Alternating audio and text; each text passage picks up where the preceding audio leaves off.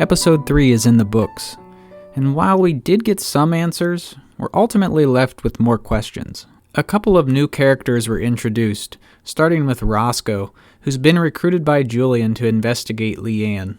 He works in human resources by day and is a private investigator by night. I was pretty excited to see some new faces pop up in this show, but boy oh boy did Roscoe feel bland. He's that generic, run-of-the-mill PI character. He pops into the conversation to give some matter-of-fact details, but it ultimately feels like he's just there to move the plot along. So how about that Leanne photo scene? Sean's clearly not afraid to be a bit of a creeper and snap a photo of her while she's sleeping. I thought for sure her eyes were going to pop open when he got in close with his phone. Anyway, the new detective duo flies to Wisconsin to search for more details about Leanne, and they eventually track down the Grayson house. The house is badly burned, and conveniently, the front door is wide open for anyone who wants to pop in for a visit. The show then channels its inner Blair Witch Project, and we see our favorite wooden crucifix hanging on the wall of a burned bedroom. The last thing we learn from Wisconsin is that the whole Grayson family seems to have died in the fire, including Leanne Grayson.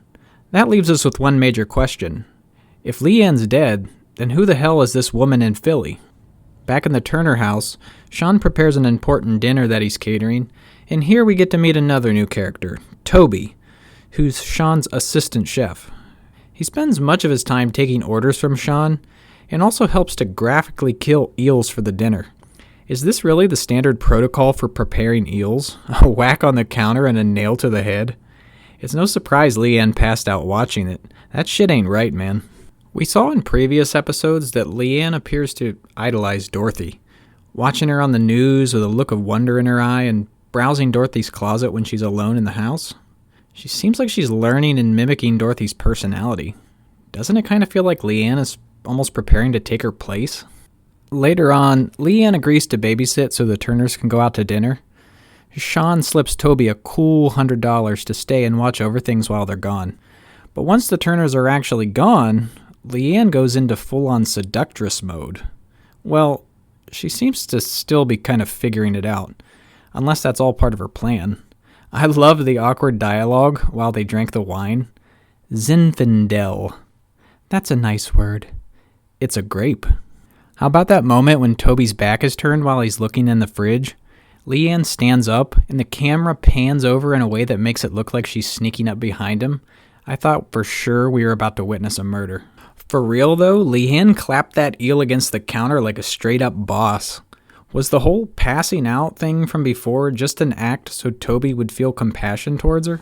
Eventually Julian shows up and locks Toby outside, leaving Toby to look inside all defeated like, hey man, a pretty girl was talking to me. So we learn that Julian thinks that Leanne finding the Turners was no mistake, and that she's trying to somehow blackmail them out of a large sum of money. Right as he starts to dial up the pressure on her, she calmly turns it around on him, asking if he was there the night that the baby died. Did he call for help? Now at least we know she's fully aware of the truth. I wasn't sure what the hell she thought before, but now she's got Julian by the balls. I mean literally, she had him by the balls for a second there. What would have happened if the Turners didn't show up right at that moment? So like I mentioned before, this episode leaves us with more questions than answers.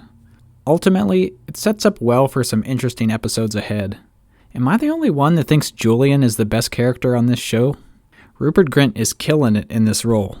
I mean, come on, I always knew he could be more than just Ron Weasley. Going forward, I wonder how much more we see of Toby. I liked him, and felt like he was a decent addition to the story. I'm curious to see if he comes back around and tries to reconnect with Leanne.